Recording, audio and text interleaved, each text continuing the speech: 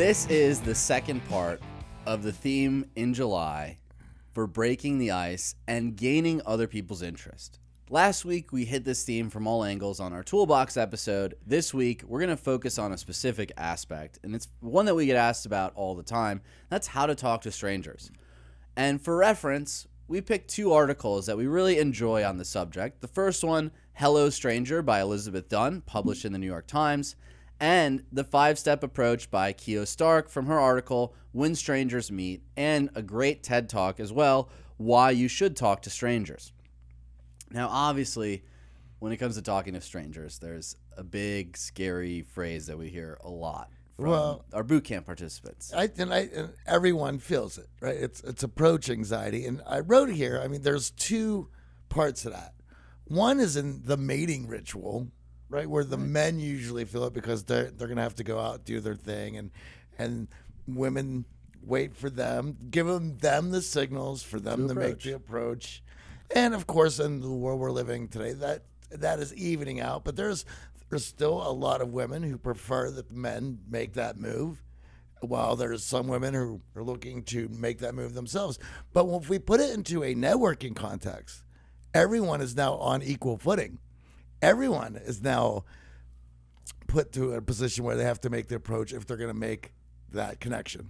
And that's just it. We realized a number of years ago that focusing on approach anxiety for men, yes, that's impactful, but everyone feels it. Sure. And we came from that dating space, that mating ground, where we just focused on how to be successful with the opposite sex. I'll admit it, I was in my 20s. I wanted to be better with the ladies. I know our listeners wanted to be better with the ladies, but this approach anxiety happens outside of just bars and trying to date someone else. I know women that struggle in networking environments. Sure. I know some of my girlfriend's friends have anxiety when it comes to approaching strangers. And yes, I'm going to admit it, I still feel approach anxiety, which is a little unusual because people are like, wait, you teach this, you should be so extroverted. I still struggle with my introversion. I still feel that approach anxiety around strangers. I just know that the tools that I have are more effective at overcoming it. It's a choice to use the tools or not, and we're going to break down a few of those tools a little bit later, but I still have that feeling, that anxiety. Well, if we look at it clinically, you are walking into the unknown. Because you're walking into the unknown, you're going to have that feeling in the pit of your stomach where fear takes over. And we're going to dive into that a bit as well, because that we can take that word fear and understand what it is, but we can also break it down into a neat acronym that allows us to define what our actual fear is and where it's coming from. And once you're able to do that, then you can start tackling that idea of why you might have that fear. And let's be honest, a lot of us will lubricate socially to overcome this anxiety. And one of my frustrations is when I hear some of our boot camp clients talk about, I don't want any approach anxiety. I want zero approach anxiety. And stop to think about that for a second. Do you really not want to feel anything? You want to walk into a space where you feel zero fear? For me, I want that feeling. I still want to feel something. I just want to manage it. I don't think the expectation should be to work towards zero. Well, anytime that you are walking into the unknown, anytime that you walk out of your comfort zone, you're going to have that feeling. And, much like some of the guys would say, I would like to have no anxiety. Okay, yeah, I understand that. There was a time in my life where I wanted no anxiety as well. And that for me was when I was first putting myself on stage to perform for people. And I remember the first time that I went on stage, I was so nervous that my leg was shaking so bad that I didn't even know how I was going to get through a performance, let alone, perform a play and sing. And I just chalked it up to, this is first gig jitters. No big deal. I'll just, we'll work through it. And for the next show, hey, I'll be fine. Because have you ever heard of second gig jitters? How about third gig jitters? So it'll be gone, right? We're one and done. And so, of course, about a month later, I was back on stage. And that day, it starts a few hours before. Like, I'm getting so nervous. The legs start getting queasy again and weak. And now I'm angry. Because I'm like, I've already played the first show. Why is this still going on? And I remember we played another bad show because, my anecdote to that was to drink myself into oblivion, to work through it. And of course, that means you're going to play an incredibly bad show.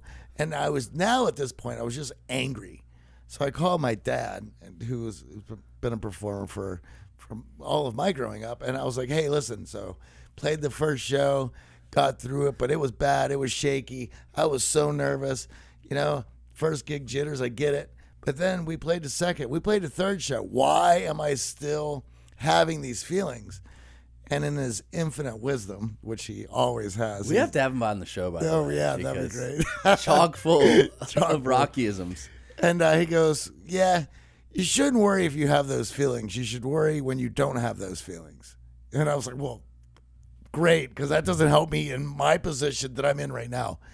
Of course, I had learned later in life that it's those feelings that allow you to know that you're alive. And it's also those feelings that allow you to know that you're moving into the unknown. But they don't have to be an anxiety to this performance.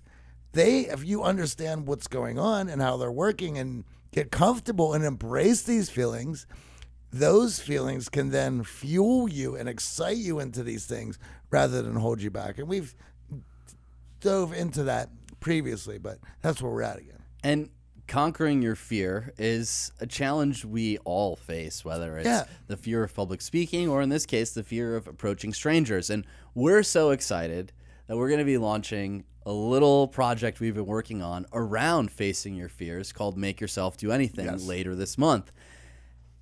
But a big step in all of this is defining your fear, right? And those of us listening who hear the term talk to strangers, go talk to strangers, well, guess what? As children, we were raised to fear strangers. Yeah. Right? We all know growing up, strangers had candy, they had dark vans, they were going to snatch you up.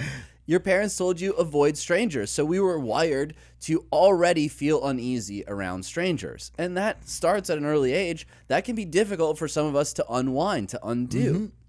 So what are some of the ways that we can start to overcome this fear?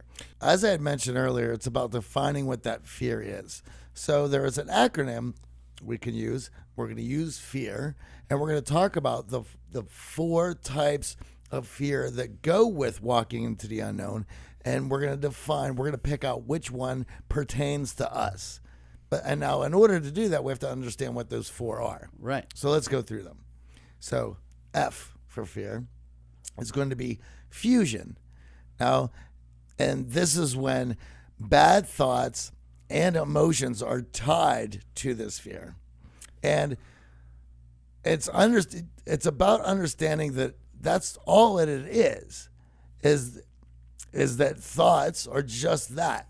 There doesn't have to be any emotions tied to these thoughts. A lot of times, especially in today's world, we don't have an opportunity to defuse these things because, well, why would we have to? I give you, for instance, anytime that I have any sort of uncomfortable feelings that I don't want to have to deal with, I go to my phone. Right? I can go down. The ultimate dopamine hit. Yeah, I can go, and it makes me feel good. Yeah. Right? Look, I got 20 likes on Instagram just in that moment. It was more than 20. You could be honest. Yeah, it was like 30. But part being is I now escaped this fusion of thoughts and uncomfortable feelings. And not only did I do that, I got to feel good. I got a treat by checking in on my phone. And if we don't spend any time diffusing these ideas, then they're gonna continue to be fused together. So this idea that the emotion gets tied to the fear gets tied to you. So anytime you feel that emotion, your fear goes through the roof. You try to avoid and run from that situation. Yeah.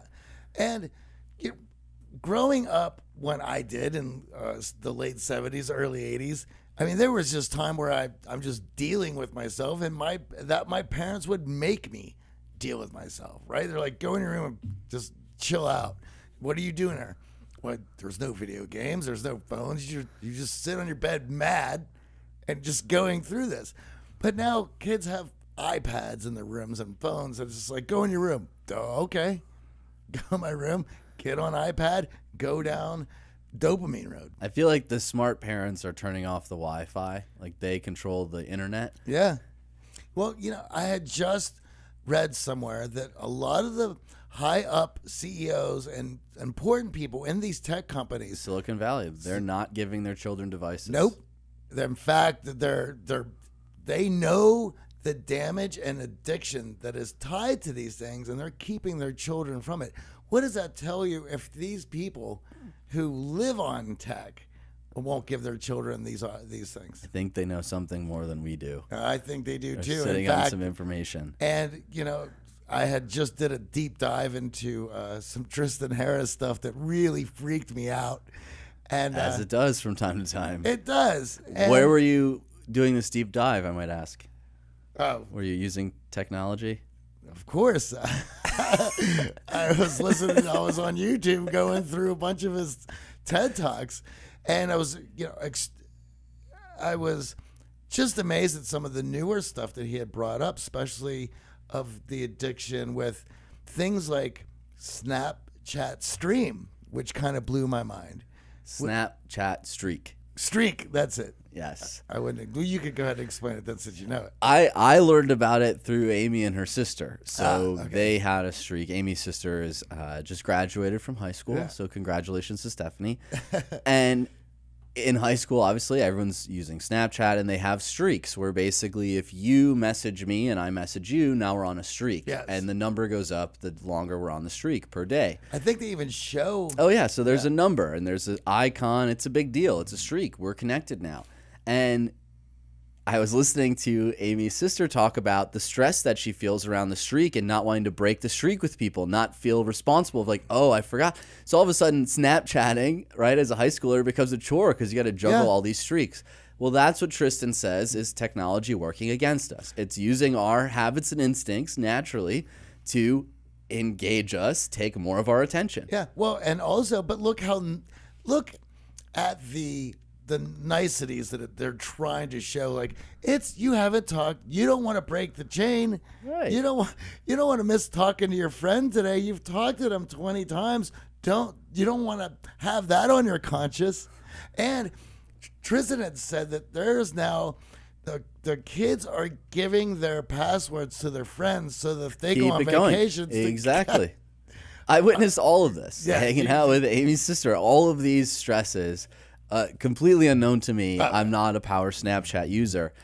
But think about this idea. I know for a lot of us as adults, we've had those moments where we're angry and we don't even know why we're angry. Oh, yeah. This happens all the time. But for some of us with fears, we fuse that emotion to who we are, who our being is, right? And it would make no sense in that silly scenario. But when it comes to approach anxiety, we take that fear and the emotion tied to that fear and we say we can't do this. We avoid that fear, which means we avoid approaching people. Yeah. And all of a sudden, we're listening to a podcast on how to talk to strangers because it's a skill set that we're not focusing on developing, and technology is actually working against us. Working against us. Well, my last thing that I want to mention about Snapchat Streak, didn't we do an episode on accountability and we talked about breaking the chain? Yeah. That's exactly that, working against you. And so there is science in breaking it of why you want to keep that streak alive, and they implemented it to keep you glued to the app. Yes, because your attention is a commodity. So that breaking the chain can work to your advantage if it's habit formation, right? We can keep the streak going with our workouts, hitting our Barry's Bootcamp class. We want to keep that streak going. But the streak of snapping your friends, I don't think that's a streak that's worth keeping up. Okay. Well, now that we understand that, let's talk about how we defuse, right? Okay. Let's talk about ways to disconnect those emotions from those thoughts. And one of those is mindfulness. Absolutely. Meditating and stopping to think to the thoughts, emotions, feelings racing through your body at any given time. Most of us are taking all of our mental capacity and we're putting it towards a device, we're putting it towards something else. We're not really sitting in our own thoughts. Mm-hmm. And as we heard from Jesse, how difficult was that for him, right? Being plugged in 24/7. Excruciating. And now you're like, oh, I'll just go be mindful. Mm-hmm. It doesn't work that way, right? He's sitting there thinking about the sports scores, what's going on with the Atlanta Hawks. Yeah. Even when we try, it can be difficult. But the practice is still worthwhile. Even if you struggle, it is still worthwhile, because allowing yourself to understand that, listen, these thoughts, feelings, emotions, they come in waves, peaks, valleys. They're nothing that I have to hold on to daily, weekly, monthly. That's the type of stuff that can lead you to a really dark place. Yeah, and there's tons of ways to practice mindfulness. Meditation is one. Speaking of Jesse, he likes to work through things in his brain on runs, and I enjoy that as well. Just having to hear my feet on the ground and that rhythm and just being taken off, and just allow movement and allow thoughts to come and go without them affecting me, because that, at the end of the day, that's all they are. But if you haven't had time to be able to fuse and learn that skill, well, of course it's difficult to see your way out of that. And that's the thing, right? I still feel approach anxiety, but I work through. Yeah. I go, okay, this is a feeling I felt before. This is a feeling that is not going to last. And you know what feeling is a lot better? We're going to talk about this in a little bit, the science behind it. But talking to a stranger actually makes you feel pretty good once you get going. Yeah. So understanding that, I can work my way logically through an irrational, illogical fear. Awesome. Should we go to the next one? Yeah, let's talk about E. Okay. This is a favorite of mine, because I see it in so many people in my life, and I've tried to explain it to them, but they still can't understand why it's messing it up. So let's get into it. For E, it's expectations. So here you have this idea of something you want to do, right? Let's go talk to this person, or let's go play on this show, or let's go do this. And so that you get excited about, because you want to do well. Your best intentions are put, and this is where it gets you in trouble. And this is how sneaky it is, because it's always because you're putting out best intentions, right? Your best intentions. I believe there's a saying. Where is that road paved? Oh, straight to hell. So it's because of your best intentions, you start putting. You want to do all these new things that go with this to make it special, because people are involved. You care about them. Want to be memorable, charismatic. We've heard it all the time. Yeah. And so you do this. So then you're like, well, then we're going to do this, and then we're going to do that. And I have a specific one that we're going to bring up, and this is from our guys. Yeah, I know. So we put all this pressure. So, well, now all those expectations are put up. So now that when you actually have to do the thing, it's an insurmountable amount of daunting tasks that you have to work through, because of all these expectations that you put on this. And you will refuse to act. And then, of course, working through that is we're going to have to reduce those into bite-sized goals. But let's talk about a few examples of how people easily do this. Because I like to feel that, well, with all these, if you don't understand it, you can continue finding yourself in these traps without understanding how you continually put yourself in them. Well, I think it always starts with our favorite question in class. What about? What about? Yeah. It starts on this what about idea of, okay, I understand. Talk to strangers, AJ. Totally listening. But what about when that stranger is in the C-suite at this one networking event in Sun Valley? Yeah. What about... And it starts with this idea of, okay, it should be easy, but I got to do this right, I got to do that right, and oh, they have to treat me a certain way, and now we've out-logicked our own mind from taking action. Yeah. It's become this Herculean task of, oh my God, talking to strangers, Johnny, what are you asking me to do? Mm-hmm. So when we are processing and over-processing and overcomplicating things, what's the first thing that we tell our guys to do? I'll break it down. Right. Bite-sized pieces. Think about things in simpler steps, right? Instead of looking at how am I going to walk across the room and talk to that intimidating person, how about let's change our body language with a smile to start putting ourselves in a better mood so we stop thinking about that one thing. How about we soften our eyes, start making some eye contact to find the people that are approachable. Yep. And as you start working through these bite-sized pieces, you realize that it is no longer an insurmountable task. It's not this Herculean effort. It's actually quite doable. Well, here's one that goes with that we hear all the time. Guys who are working on themselves to get better socially, they have it in their mind that at some time the ultimate goal would be to walk into a room and just run that mother and meet everyone and get all the numbers and network and everyone loves them. Yeah, Guys are texting them, girls are texting them, boss is calling them. Yeah, and that's amazing. That's great. That is for a commercial. If it's a Heineken commercial, that's phenomenal. Yes, that is. But it's not real life. Mr. Interesting Man on the planet. Yeah, Dos Equis. Yeah, that's just not reality.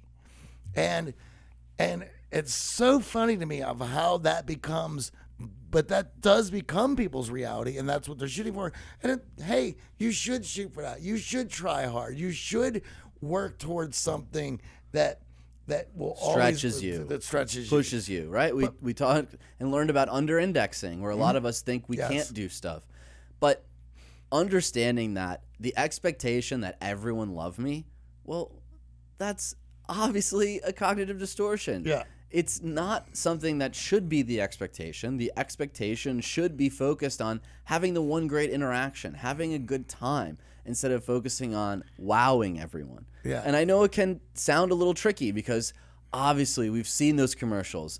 These ads play tricks on us. We want to be this incredible, charismatic, memorable person. But as we talked about previously, I love to focus on the one moment instead of the I have to win everyone. If my goal is win one person, well, I have 100 chances. I like those odds. So in my band world, I've worked with multiple people. It just seems that there's always one guy in every band who has to make everything so complicated that nothing will get done. And it's always about a video or some making the record or putting the promotion. We got to do this. We got to do that. And we're like, none of that will happen. And all of that, what you just said, is amazing. And I would love for that to happen. But I know who's in the room.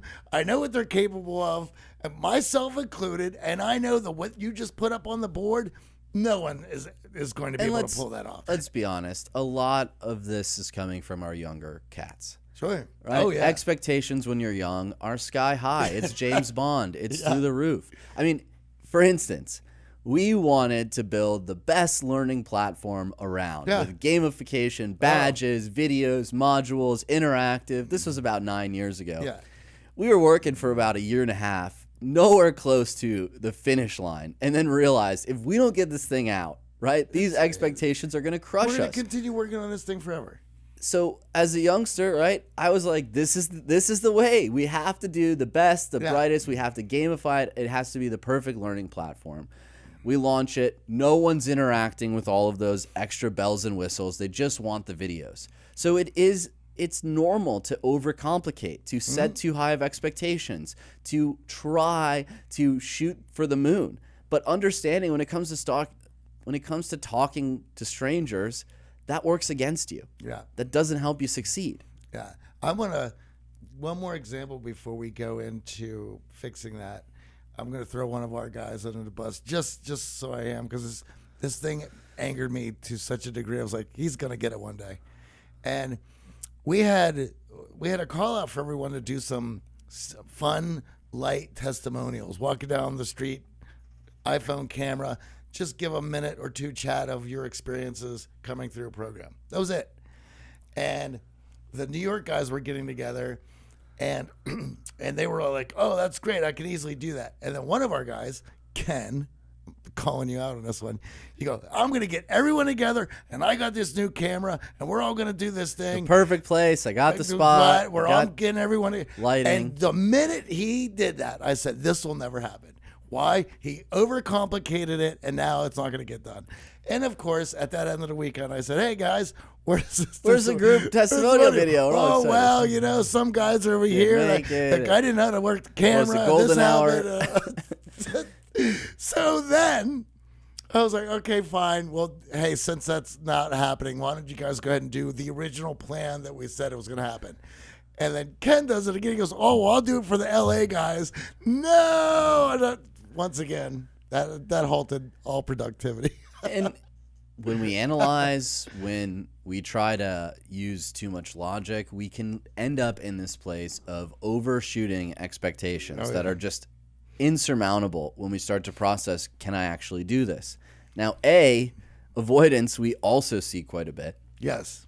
And as it sounds, avoidance means, well, there's going to be discomfort, so we're just going to not deal with it. Try to avoid the pain. Try to avoid the fear entirely. Not go out.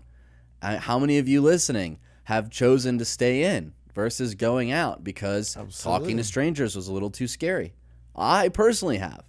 And it's happened to me every once in a while. I'll get a little psyched out in my head. I'm thinking about, I look at who's going. Oh, these entrepreneurs, they're so successful. This influencer, oh, I want to show off. I want to be in the same room. And then I start overcomplicating and thinking, oh, what if this doesn't go? What if I don't? And all of a sudden my introversion's creeping up. And I remember vividly getting this invite to go up to an event in the hills. Kind of exciting, but also a little scary. I heard some big names are going to be there. I was like, oh, maybe we can get them on the podcast, getting all excited. And then as the time started getting closer, I was like, I think I'm just going to stay in. I think I'm going to skip it. And I was like, you know what? Let me see it through. Let me talk to one person. And if it's not any good, I'll take off. Yeah. So I'd rationalized it to that, got up there, and the whole time now I'm thinking, well, what can I do to avoid conversation, right? Course, how am I going to do? So I understand that pain and frustration. I ended up going to the dinner, and I got sat next to a pretty interesting guy. We started talking, had another friend in common, and all of a sudden, Brian became a really close friend of mine. So understanding that, listen, there are going to be these moments of fear. Yeah. The easiest choice is to stay home, is to avoid the situation, is to deny yourself having to experience that fear. But obviously that works against us. Yeah, you're not working through it. You're not getting better. No. And there's no opportunity to work through it. And then you have an opportunity to just beat yourself up mercilessly because you didn't go and do that thing that you knew you should have done. So how do we overcome this? Practice walking into the unknown. Take those moments and look for small wins in other areas where that you still feel those same feelings. Get some wins there. Perhaps that will lead in. I know for ourselves, we just walked into some new workouts that we weren't probably not ready for. At least we had no idea. I was a little more ready, to be fair. I think you had more of a clue of what we were walking into than I did. Yeah. But, I'm such a David I was Goggins happy fan. not to clue you in either. That was a fun surprise for Johnny. Well, I'm such a David Goggins fan that I'm like, all right, fine. I'm doing something that sucks every day, and this certainly sucks. You just didn't understand the degree of suck that was involved. Yeah. There was a degree that you were unaware of. But that degree of sucks is relegated to, so far, 60 minutes. I heard it's going to go up a bit. But, hey, that's a small price to pay for how I feel and look. So, and the important thing here, right? Walking into the unknown. You do it once. You do it like me. You're in the Uber up to the party. You meet someone. Now I hang my hat on that. Now every other time I get an invite, and I'm like, that same feeling creeps up. Like, is it worth it? I don't know. I go, oh wait, I met Brian. That was a great night. So I can start using those small victories to my advantage. So walking into the unknown has a lot to take away from it. I didn't have to run the room at that event. I didn't have to wow everyone at that event. Yeah. I met Brian. Brian turned out to be a pretty awesome guy. We hang out. That's a win. So those small victories can fuel the next opportunity to walk into the unknown. That's why we're so big on walking into the unknown, taking that first step. Now, the R in our FEAR acronym, to wrap it all up, remoteness. Johnny, what do we mean by remoteness? Well, we have strayed from our values, and therefore, if we've strayed from our values, we can't get any enjoyment out of the things that we're doing. And in fact, not only can we not get any enjoyment, we feel lost. We feel like we're floundering because we're not activating the things that give us purpose here in life. So when we're not activating them, what are the feelings of that? What's going on with us when we're in remoteness? Depression. We feel lost. We're floundering. We feel as if what we're doing doesn't make a difference. It doesn't matter. And of course, these things will lead us to beat ourselves up, wondering what's going on with our lives, if we're doing the right thing. And this is where I feel a lot of times depression is right around the corner. In order to connect to your values, you have to first be able to define them. And this is extremely important. In fact, it's so important that it's part of the challenges that we have in the Facebook challenge group, the private group that we have. And by defining your values and putting together a good 5 that mean the most to you, then you can look for ways to engage with these values and engage with them towards your goals. Yeah, it's like a compass, right? Absolutely. It allows you to move forward when it's in line with your values. And as Johnny said, you won't feel this, am I doing the right things? And is there anything here? Is it worth it? Does anyone care? How many of you listening are feeling that? Yeah. Right? We get that week in and week out from the people coming through. And I understand it. When we allow these fears to push us to that edge, and it's like, well, what's the point? What's the point of even going out? It doesn't even matter. Yeah, and I think in today's day and age, where we have so much information being thrown at us, we've lost some of the simple things that gave us that grounding. And I think I see it as one of the major culprits of and why we're seeing so many rates of depression just going up through so many different walks of people, through so many different walks of life. I mean, there's a lot going on there. Technology, arguably religion or lack of religiosity. Yeah. All of these things focused on community, talking to strangers, which is why we picked up this article, Hello Stranger, because this really, to me, is the science behind let's start talking to strangers. Yes. It is scientifically proven to make you happier. I know it can sound scary to some of us listening with that approach anxiety, with that fear. I know a lot of people who heard what you just said and are like, well, that's a lie, because I'm happier not talking with people. But we're going to drop the science. So why is talking to strangers so important then, Johnny? Well, it puts us outside of our comfort zone. It allows us, and we've talked about this a million times, everything that you want in life is outside of that comfort little bubbly circle you made for yourself, and you have to extend through that. And usually through your network. Yes. Right? When we think about all of the amazing opportunities that have been afforded to us here at The Art of Charm, it's usually started because of a relationship we built with someone else.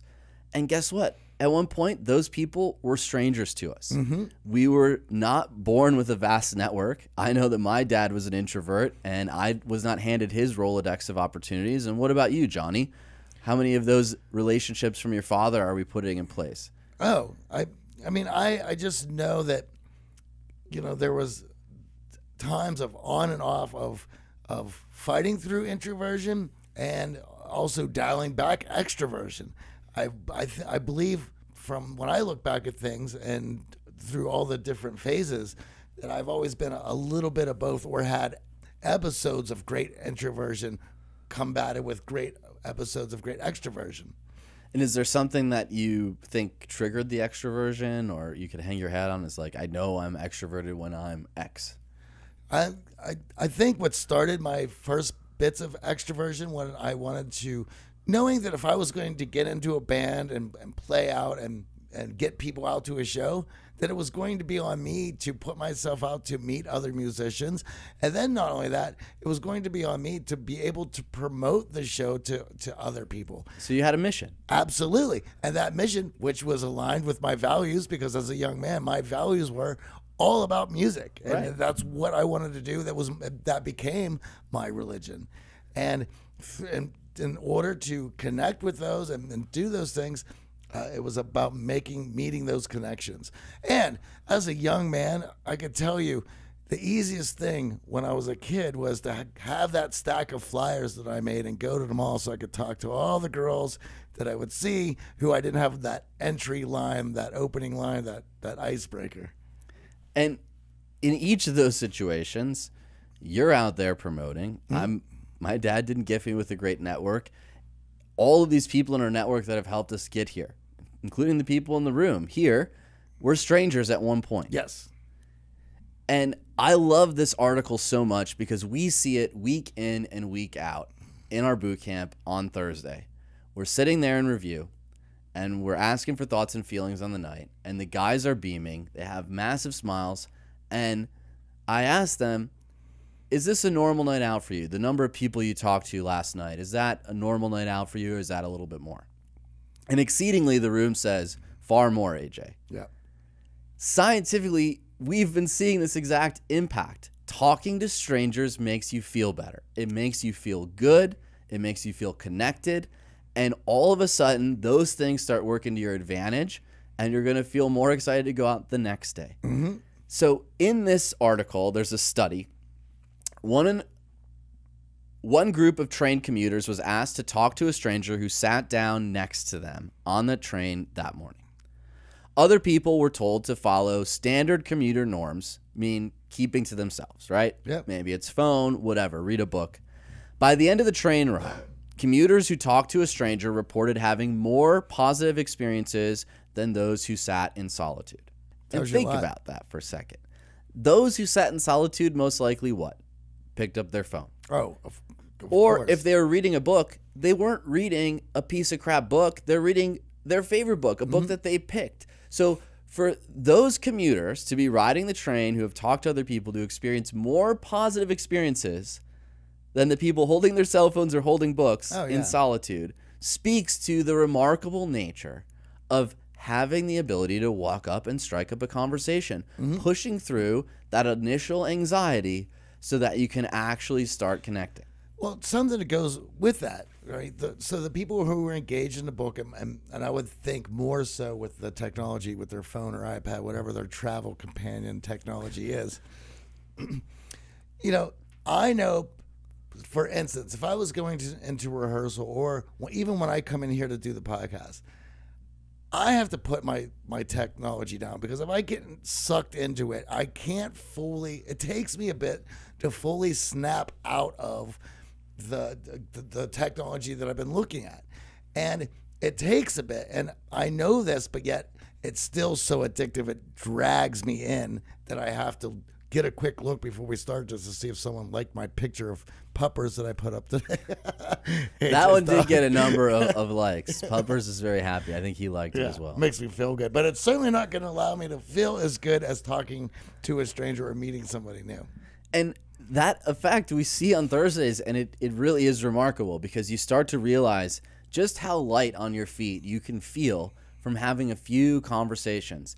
And we're going to talk a little bit later about how exactly to do that. It's not as difficult as you think. In fact, the TEDx speaker later is going to tell you that it's far simpler than you can imagine. And I know, again, going back to what we talked about earlier, as humans, we love to overcomplicate things.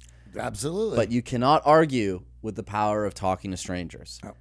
Especially when we're talking about a day and age where technology is making us depressed.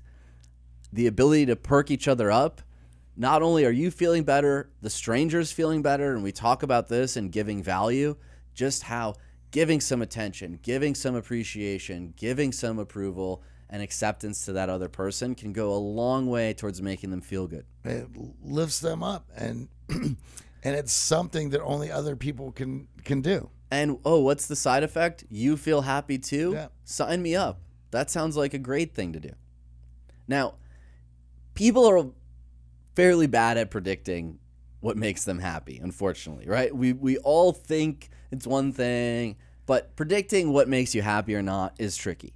Absolutely. I think that's one of our biggest problems as a society right now, is people having too many choices on what they think is going to make them happy. And in this study, they were no different. Yeah. Those going into the study, they had expectations that they wouldn't enjoy talking to strangers. They imagined it'd be difficult to start a conversation. They estimated that half or less of the commuters would even want to talk to them. Think about that. How many of you listening right now have gone, well, I don't want to talk to that person on the train. They probably don't want to hear from me. Mm-hmm. I don't want to stop that person on the street. They're probably too busy. I don't want to talk to that person at the networking event. He's probably waiting for his friends. We've all had those thoughts and feelings. Well, and those thoughts and feelings are a story that you told yourself, so you didn't have to experience any of the four feelings from fear. And in order to get through that, you have to be able to tell yourself a better story. Right. And in reality, however, the conversations were consistently pleasant. So all of those dreads, those fears, those thoughts that this is not going to work, people will ignore me, people won't be interested, they're not real. Yeah. The study here proves it. Those people who participated in conversation had a better experience, they felt better, and ultimately those conversations were also pleasant. People were not shunning them, telling them, why are you talking to me? All those negative reactions that we think might happen, they're imaginary. Mm-hmm. And it's such a relief on Saturday when the guys go, I thought this was going to be a lot harder. I thought going out and talking to people was going to be far more difficult. Now they're excited to go home and be engaged and actually allow other people to feel just as engaged. Well, once again, it comes back to how many crazy different stories that they tell themselves about why this would be a bad idea. And you would be amazed at the crazy stories that you'll come up with. And if you want to try that on yourself, think about, go to a park and just sit on the park bench and just watch people walk past with their dogs. And think about just challenge yourself that after the third person you see is who you're going to talk to. I don't care who they are, right? They're walking, and then tell yourself to go talk to that person. And you will be surprised in that moment that you will tell yourself several different stories to why that's going to be a bad idea.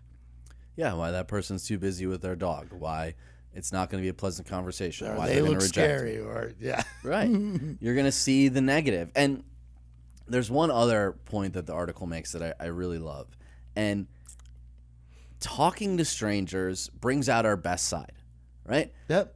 Inevitably, when we are trying to have a conversation with people, we are going to pour on the sugar. We are going to become our most likable, pleasant self. Very, very rarely, there are few exceptions out there, names not included in the show, who would have such a negative reaction, who would be so unpleasant. When we are meeting people for the first time, we tend to put on that bright smile. Mm-hmm. We put on our best side.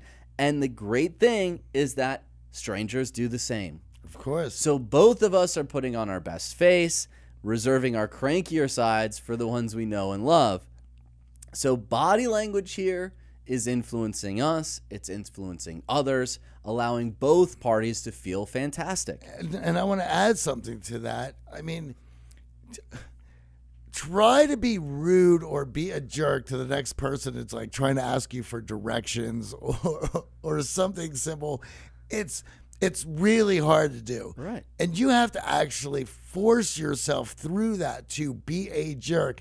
And I know that if in times where maybe I've been hangry or a little bit, I had a bad morning, woke up on the wrong side of the bed, and I snapped at somebody who I didn't know just for some random thing, I had felt so incredibly terrible that if they were in the same vicinity after I realized what had just happened, the sugar that I pour on in that moment to try to fix the dumb mistake that I made, which probably is not going to go so well because I already have a burnt image in their brain that I'm a jerk.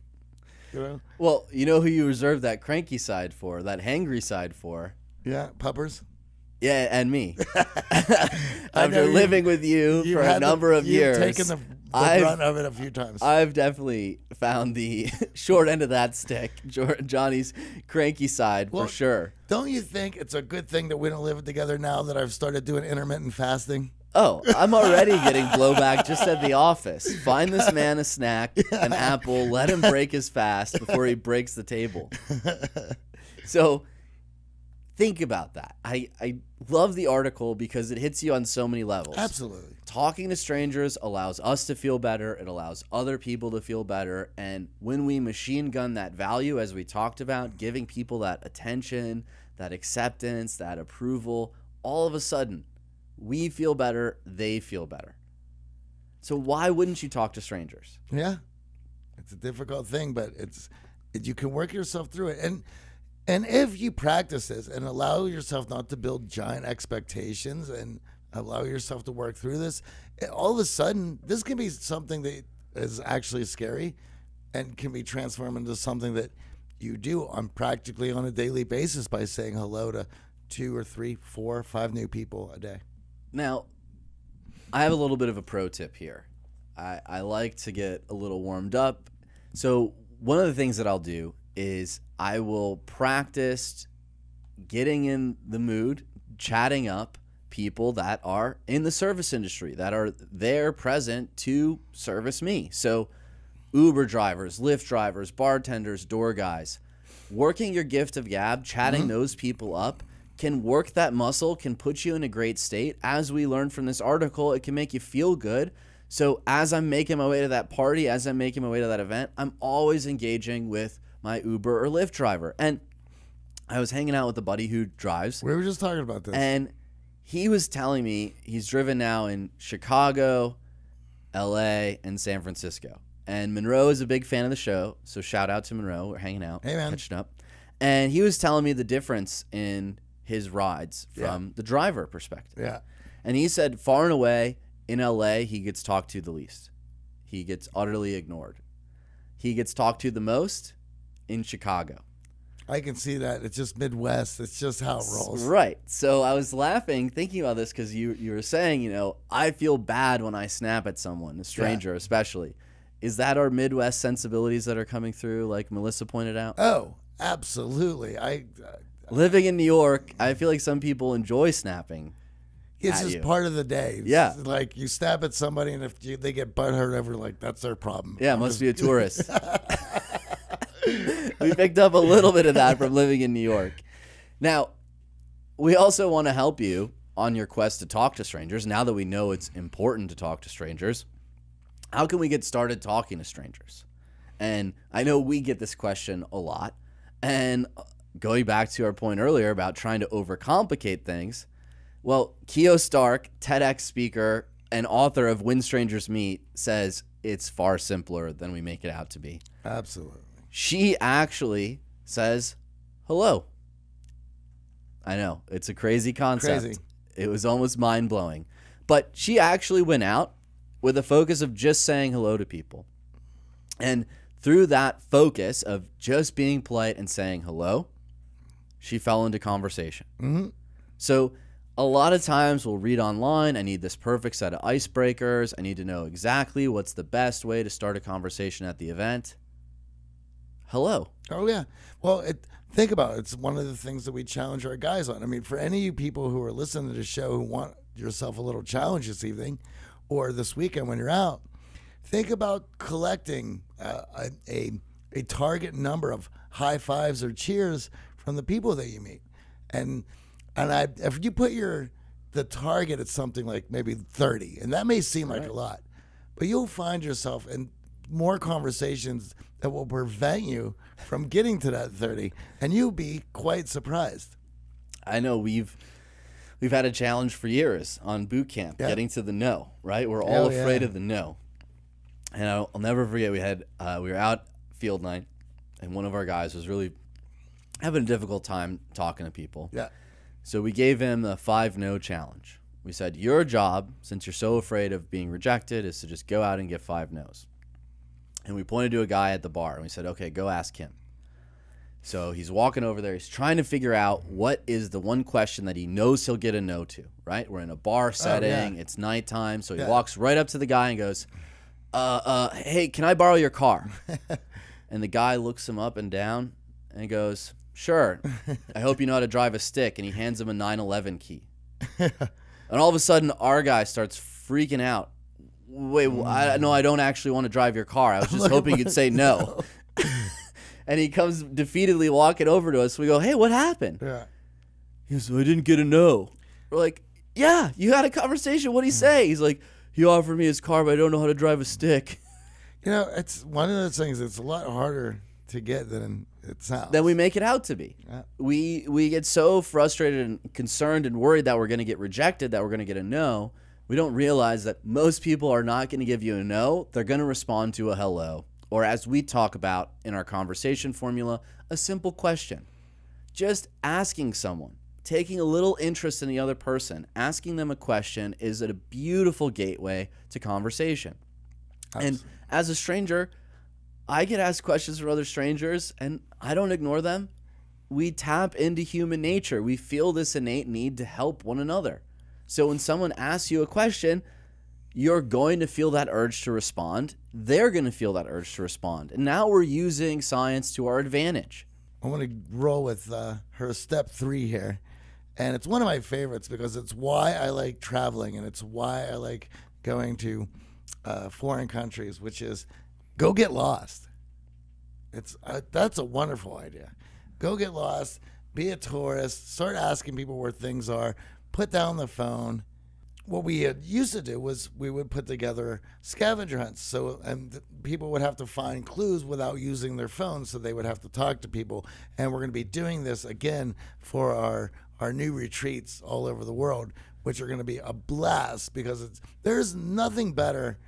And in fact, even thinking about that, it's a wondrous thing of how many different people are going to meet. And what also happens is how many people want to jump onto your scavenger hunt to be part of it. Right. That's what I loved. We did it in New York. Yeah. We did it in LA. We've done it in Las Vegas. Now we're taking it overseas. Yeah. This scavenger hunt, you have to use your social skills, no smartphones allowed, and get some fun photos at landmarks. And we found what was so fun for our guys coming back after their scavenger hunt is there's all these other people in their photos. Mm-hmm. And we're like, hey, who's that? He's like, oh, they wanted to participate. They joined our scavenger hunt. They wanted to find this star on the Walk of Fame. The idea of getting lost in your own city, exploring a little bit, and not worrying so much about how you're getting there, allowing conversation to guide you, asking for those directions, asking how to get to a place, instead of pulling out this piece of technology, can go a long way towards allowing you to start talking to strangers and having a little mission, right? The scavenger hunt was a mission. Johnny's got to promote the show was a mission. Having a mission, getting no's, can be a great way for you to start stepping outside of that comfort zone with a little more confidence, with a little more action instead of that inaction that's leading you to feel more anxiety. Yeah, the last time I had done it was in Vegas. We had done a retreat there, and we had several different groups competing, and it was so fun. I mean, for our guys, they were so fired up. So we're like, let's just chase out whatever bachelorette parties we could find to get them to help us. They were loving it. Well, another great way to accomplish this is to travel solo. Yep. I know a number of our guys after boot camp, they go on and do that. And the idea of traveling solo with some approach anxiety, having a bunch of fear around talking to strangers, can be very intimidating. Talk about avoidance. But right? liberating at the same time. Yes. I can't tell you how many trips I've been on, I will not name names, where I wanted to get as far away from that person as possible. I didn't want to be tied down to that person. I didn't want to have to go on that tour with that person. I wanted the freedom to travel alone.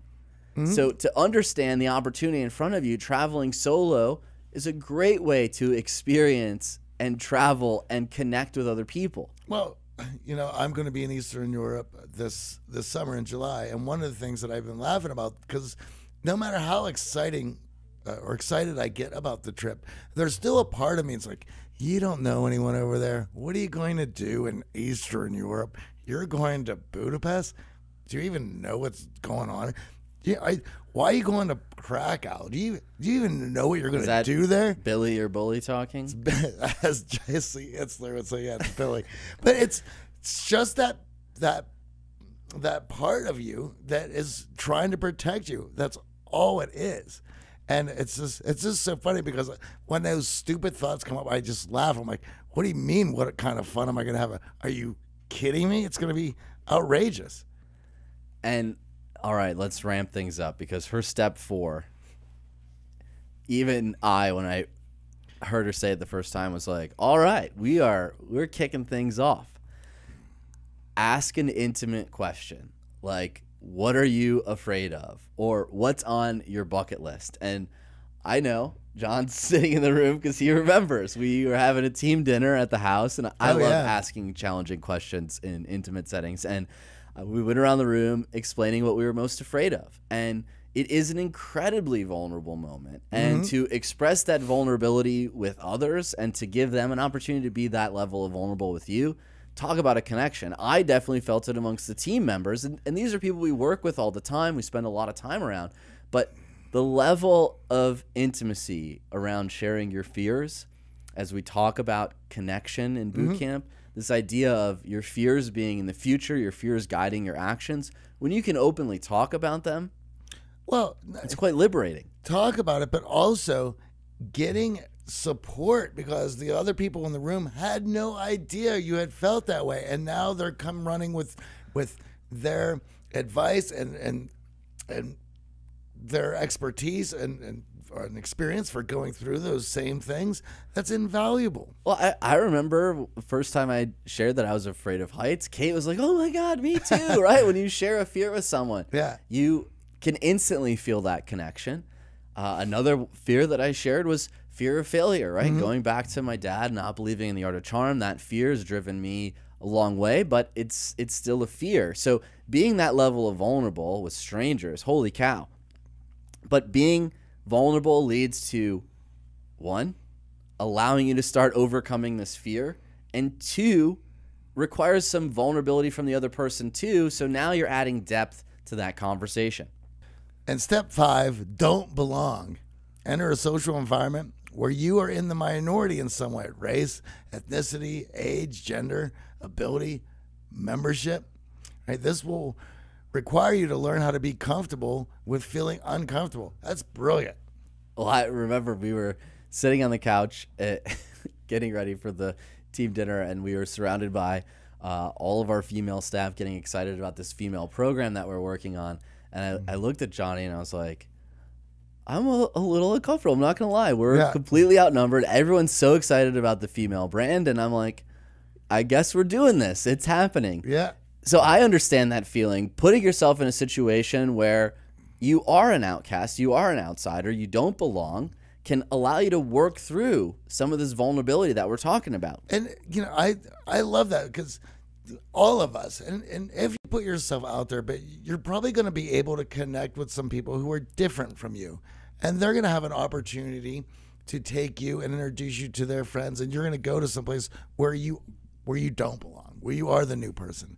And the things that you will learn and the people you will meet in those experiences are going to be some of the best that you're ever going to have. And talk about a confidence builder, right? Yeah. To be able to chalk that up as a small victory, that's huge. Mm-hmm. So to recap, the 5 steps that Keo Stark highlighted in How to Talk to Strangers. Step 1 is basically watch and learn. Immerse yourself. Step 2, saying hello. Easy to get warmed up, allows you to overcome a little bit of that anxiety. Step 3, getting lost, forcing yourself outside of your comfort zone into a situation where you have to be social. Step 4, asking someone an intimate question, getting a little vulnerable. And step 5, going someplace you don't belong. Entering a group, a room, an environment where you are the outsider can, again, allow you to work through this approach anxiety that we talked about earlier to start the show, so that we can start building the confidence to talk to strangers. And we now know just how impactful talking to strangers is to our mental health and well-being. Get out there, meet some strangers.